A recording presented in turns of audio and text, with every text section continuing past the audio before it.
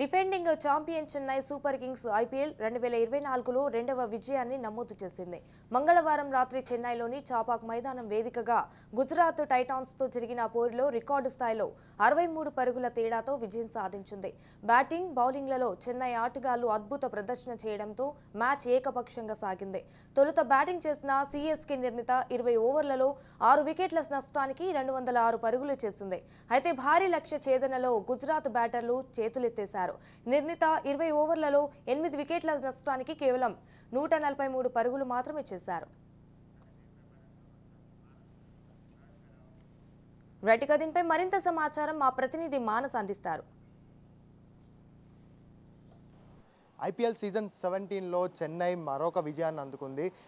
గుజరాత్ టైటన్స్తో జరిగిన మ్యాచ్లో మరొక విజయాన్ని అందుకోవడమే కాకుండా మొదటి మ్యాచ్ని మించి రెండో మ్యాచ్లో తన సత్తాని చాటింది. అయితే ఏకంగా 206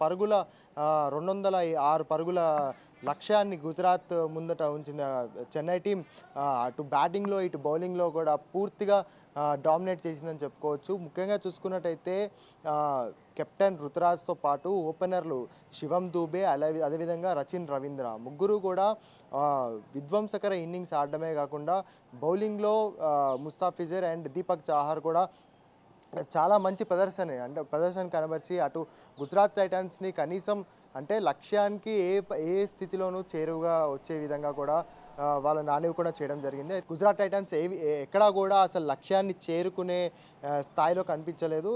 కేవలం 143 పరుగులు మాత్రమే 20 ఓవర్లో చేసి 8 వికెట్లను నష్టపోవడం జరిగింది. అయితే ముఖ్యంగా చూసుకున్నట్టయితే చెన్నై టీంలో శివం దుబే 51 పరుగులు, అదేవిధంగా రచిన్ రవీంద్ర 46 పరుగులు చేయడం, అదేవిధంగా కెప్టెన్ రుతురాజ్ గైక్వాడ్ కూడా 46 పరుగులు చేయడం ఆ టీంకి బాగా కలిసి వచ్చిందని చెప్పుకోవాలి. వీళ్ళ ముగ్గురి అద్భుతమైన బ్యాటింగ్తో 20 ఓవర్లలో 6 వికెట్లకు 206 పరుగులను అయితే చెన్నై టీం నమోదు చేసింది. సో ఈ లక్ష్య ఛేదనలో గుజరాత్ టైటన్స్ పూర్తిగా వెనుకబడిందని చెప్పుకోవాలి. 20 ఓవర్లలో 8 వికెట్లను నష్టపోయి కేవలం 143 పరుగులను చేయగలిగింది.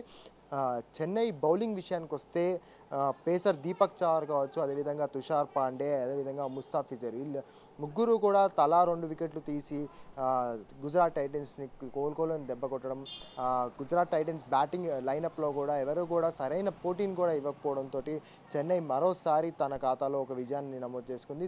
దీంతో సీజన్ 17లో ఇప్పటివరకు జరిగిన మ్యాచెస్లో పాయింట్ల పట్టికలో టాప్ 1 పొజిషన్లో ఉంది చెన్నై. కెమెరామెన్ రఘుతో మానస్.